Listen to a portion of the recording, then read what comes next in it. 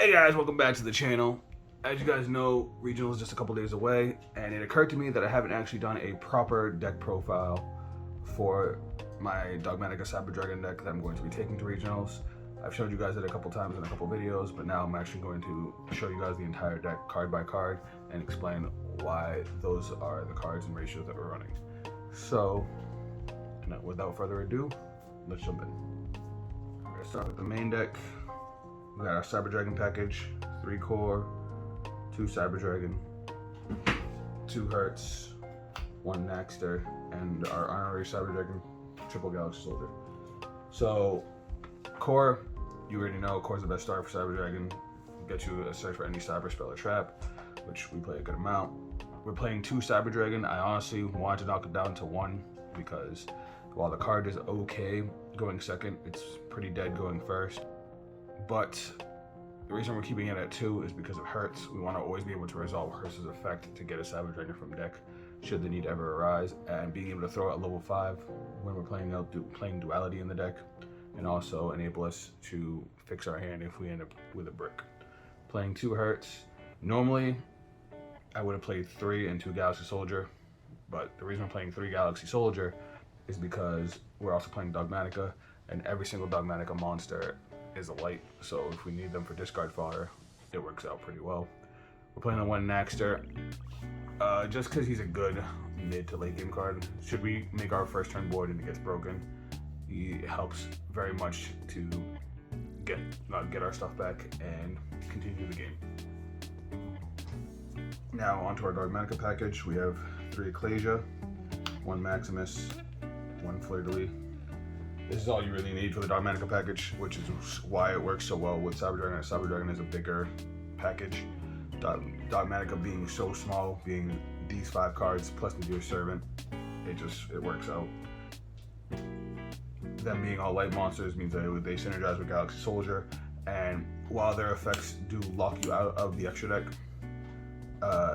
as long as you do it after your Cyber Dragon plays, it doesn't clash with the deck at all. It doesn't lock you into any specific kind of summon, which is a problem that we ran into with the branded stuff, forcing you to only be able to use fusions. Next, we got our board breakers. We're playing double Yugioh, as Yugioh is a searchable kaiju and is a light machine, so obviously we can kaiju our opponent's monster, contact use, all that fun stuff. And 1 Cyber Eltanin. I was one of those people who thought Cyber Eltanin was not good enough to be played in the deck for a very long time, but since looking at him again and throwing him back into the deck, he is a 1-card searchable board wipe that is non-target, non-destruction removal, as he sends all face-up monsters to the graveyard besides himself. You can literally summon a core, search either Repair Plant or Cyber Emergency, both can search Eltanin. Search Eltanin, banish the 1 Cyber Dragon core, wipe your opponent's entire board. Like, that is ridiculously strong in this format, especially since it gets around things like Kashtira. It was really worth a second look. And then last card we have is our hand traps. We're playing 3 Droll Lockbirds. We were playing Ash Blossoms, but Ash Blossom, while good against certain decks, just wasn't impactful enough against a lot more decks, whereas Droll and Lockbird can just straight end turns, or lock your opponent down so hard that they can't break my board. Considering this deck does like to go first. Now we're gonna move on to spell and traps. Alright, first up, our cyber spells. Triple Cyber Emergency, 1 Cyber Repair Plant. I actually usually like Cyber Repair Plant at 2, but space is a little tight right now. 1 Cyber Load Fusion. This one I'm actually going to explain because I keep getting people telling me to run Power Bond and the Power Bond package. The problem with Power Bond is that it's a brick, and it takes a lot of hand or field should you draw into it. Chimera is nice, but it limits flexibility, and it also requires you to also have a spell card, whereas this card can do things by itself. It's also a quick play, so you can get extra attacks. Like if you have an Infinity and a Cyber Dragon, a Nova and a Cyber Dragon, that's an OTK. Punch with the Cyber Dragon, that's 21. Punch with the Infinity, banish the Cyber Dragon for 42. That's already 63, and then you can Overload Fusion into Rampage for game. Like, this card has so much flexibility that a lot of people don't think about. It also helps if we end up getting all our stuff banished, as we can get everything back. In a format where Bestials are still very favorited, Cyberload Fusion helps because they're going to banish all our stuff and we can get it all back to deck, including our XYZs, considering we're only playing one copy of our Cyber Dragon XYZs. Dogmatika, Nadir Servant. I love this card. Sends when you play, your opponent has to respond to it right away because it doesn't have a cost. The effect sends an extra monster to the grave and then searches a Dogmatika from your deck or graveyard that's the same attack points as the monster you sent, or less. It combos so good with so many cards that we have in our extra deck. It's awesome. Triple duality. Duality is so nasty in Cyber Dragons. It's a combo piece. It's an OTK maker. It fixes bricks. And with Maximus and Fleur de Lis, it gives us access to Dragoon. Like, the card's bonkers. Even just that extra draw one, considering you can do both effects in the same turn, it's so nice. I've had so many games where I opened up a Galaxy Soldier and Duality and nothing else. Summon the Galaxy Soldier, Duality it into Rampage. Galaxy Soldier already would have searched another Galaxy Soldier. Rampage dumps a Hertz, which gets you a Cyber Dragon, which gets you out another Galaxy Soldier to make Infinity, detach the Rampage, summon Hertz back, go into Infinity, attach the Hertz, now you have follow-up for next turn. But then you can also Duality, banishing Duality, sending back the Rampage and another light monster to shuffle your deck and draw a card. The reason that's so good with that is because Duality is not a fusion summon. So if you go into Rampage with Duality, you have no way to get it back from the graveyard. You can't revive it. But by sending it back to deck, you could just resummon it. It's fantastic. We're playing 3 Book of Moon. We were playing Infinite Impermanence, but effectively Book of Moon does the same thing Infinite Impermanence does. While Infinite Impermanence can be used on our opponent's turn where Book has to be set, a lot of times Infinite Impermanence is better as a board breaker than it is as an interruption. A lot of people can play through one interruption. Most competitive, even semi-competitive decks will look at that one interruption and just be like, okay, and keep going. But being able to start the turn, setting one of your opponent's important cards, they either have to respond to the Book of Moon or they just lose that effect for the whole turn. Also, I like the flexibility of the fact that you can set your own cards. So if I summon a core or an Ecclesia and my opponent goes to impermanent, I can set it and still get my search. And it's just things like that make me like it. We're playing 1 Call by the Grave. This was kind of a flex spot. You can kind of play whatever. I was playing Therion King Regulus for a little bit, but while he was nice, he didn't fix the problem that the deck has against hand traps. Granted, 1 Call by the Grave doesn't either, but it helps to have, because while we can play through an Ash Blossom, a Droll and Lockbird shuts the deck off, and sometimes just seeing that 1 Call by the Grave will save you the game. Then we have our traps.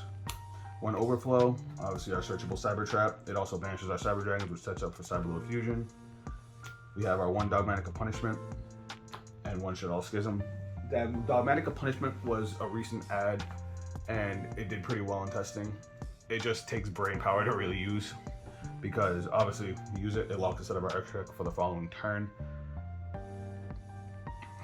But it not only can turn into a double pop with Entis, we can send a Titanic Clad during our opponent's turn to either add a Dogmatika card to our hand at the end of their turn or special summon one. So like, we activate Dogmatika Punishment, send the Titanic Clad, pop one of our opponent's bigger monsters since Titanic Clad has 2500. On their end phase, we could summon out an Ecclesia, add Maximus to hand, or add Fleur de Lis to hand. It basically allows us to play with our Dogmatika package, because the biggest problem I've had with this deck, and probably the only real problem, is seeing the Dogmatika cards. The deck flows well as a Cyber Dragon deck, but it flows even better once I get the Dogmatika stuff, because that's what really allows the deck to just pop off, having both. And obviously we need to Schism for Window Lock. Now we're going to go on to the extra deck. So we're going to start off with our fusions, and we're going to do our Cyber Fusions first. 1 Chimera Tech, 1 Mega Fleet, Fortress and Mega Fleet, our contact fusion targets. I would fit another Fortress in if I could, but unfortunately, extra deck space is really tight. While we do have some slots in the main deck, extra deck is really, really rough. 1 Rampage, 1 Cyber Twin, those are our OTK makers. Rampage is the best one. Obviously, you can get 3 attacks. Can pop back row. It's a dark, so it can combo with Duality. Cyber Twin actually combos really well with Fortress and Duality, because you can Duality a Fortress into Cyber Twin Dragon. Cyber Twin Dragon is also the most effective target for Cyberload Fusion, as it's just any two Cyber Dragons can make Cyber Twin Dragon and punch for 56. Now we have our send to the graveyard targets for Maximus and Nadir Servant. We have one Garura, so we can draw a card, Titaniclad. On the end phase, searches a Dogmatika or special summons one. Double Intis. I wish I could fit a third one because this card is clutch. Being able to turn any of our sends into a pop that can pop any card on the board is just fan-freaking-tastic. And lastly is our Abcalone. Abcalone is what gets us into our window lock, because when you send Abcalone to the graveyard, you can either search a Shadal card or add one from the grave. So obviously we're going to search Shadal Schism, and then we got to discard a card. But that, usually off Maximus, you want to send Abcalone and either Garura or Titaniclad, so you have a dark monster in grave, and then that gives us access to window. The only time I've seen this combo really hurt is if our opponent Bystials us on our first turn. Not much you can really do about it. You got window for the window lock. Window lock is okay. It's not the most potent of floodgates, but it goes really, really good with an Infinity or a Dragoon. Which, speaking of which, Dragoon's next. Dragoon, we can Duality into it off of Maximus or Fleur de Lis. It's super easy to get into. We basically just have to see Duality in any of our openers. We got our Xyz, Nova, and Infinity. Again, I wish I could fit more, but deck space is tight. Nova Infinity, super easy to make with Galaxy Soldier, since, you know, everything's lights. Even our board breaker monsters are lights. And then lastly, we have our two Link monsters, which are Almirage and Secure Gardener. Almirage, Normal Summon Core, Hertz, Naxter, link off into Almirage. And then you can straight link Almirage into Secure Gardener. The reason we have to play that is to give us access to Maximus, because while Nadir Servant sends an extra monster to the grave and can give us our whole combo, Ecclesia does not. If we open up Ecclesia and Core, we can normal summon Core, link it for Almirage, link for Secure Gardener. Now we have an extra monster in the grave and one on board. So we can still special summon Ecclesia, search Maximus, banish the Almirage from the grave, summon Maximus, get our full combo. Alright, lastly is our tentative side deck. We're playing 3 Ash Blossom. Like I said, Ash Blossom is a great hand trap, but it's really most potent against certain decks. That's why we're siding it. And our biggest issue deck that we would side that in is probably Branded. Most other decks, Droll is just as effective, if not more effective. This was a recent ad after this week's locals is evenly matched. I've always not been a fan of evenly matched in Cyber Dragon, as we have to give up our battle phase. Cyber Dragon obviously wants to clear your board, put you to sleep. That's always been our thing. But with the Dogmatika Cyber Dragon build, we can actually build a proper board after wiping our opponent's board. So even if we hit them with an evenly match, we can then proceed to build our whole Dogmatika board, our whole Infinity board, and actually allow our opponent to try and come back after shattering their board with an evenly matched. We do have some back row hate with Cosmic Cyclone. Cosmic Cyclone is probably the best back row hate right now, in my opinion. It's just the flexibility of being a quick play. You can use it in response to your opponent playing a continuous spell or a field spell, since there's so many good ones out there now. It also banishes the cards, so it's not like they can get them back, like in Branded, being able to recur some of their spell and trap cards.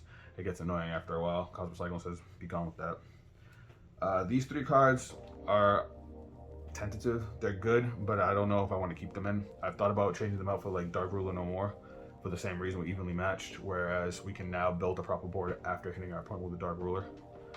We've got 2 Lightning Storm and a Harpies. Again, they were more back row hate / board breakers, but like Lightning Storm is so easy to play around. I don't know if it's really going to be worth it in a regional setting. Harpies is good, but I don't know how many back row decks I'm going to see. And we already have 3 Cosmic Cyclones and evenly matched. Like, do I need these? And then the last card in our side, I have such a love-hate for it because it's such a powerful ass card. But I don't know if my deck has the board breaking potential to maximize on it, because every time I've used it, I've allowed my opponent to benefit from it. while being able to stop them. They also get the benefit of it, and you'll see what I mean in a second. We're talking about Book of Eclipse. The card is ridiculously potent, ridiculously strong, being able to set your opponent's entire board. Granted, it sets your stuff too. I mean, it has the flexibility that Book of Moon does, where you can save your own plays, but that draw at the end of turn is devastating. If you can't snap your opponent's board, or at least all the monsters that it's set, they're just going to draw a shitload of cards, and if you're trying to end the game on their turn, the clapback is going to be real. So it's just, I mean, it's nice as an interruption too, because yeah, they'll get the draw, but it's going back to your turn anyway. So it's just, I like it, but I'm a little shaky on it in this particular deck. Let me know if you guys think I should take these out of the side. Like I said, I don't know if Lightning Storm and Harpy's Feather Duster is worth it. It could, like I said, Dark Ruler No More might be the play. I just need a couple more days of play testing before this weekend. And then Book of Eclipse just, it feels very high risk, high reward. Alright guys, that's the whole deck. That's why I play all the stuff I play. Let me know what you guys think down in the comments. If you guys have any questions about the build. I haven't had this much fun with the Cyber Dragon build in quite a while. Like, I love pure Cyber Dragons, but this just works. Also, let me know what you guys thought about the side deck. Like I said, those couple cards I'm a little shaky on, but other than that, it's performed really well in testing and at locals last week and the week before. But I would love to hear your guys' thoughts. If you guys want to check me out on social media, those links will be down below. That's it from me. I'll catch you guys on the next video. Later.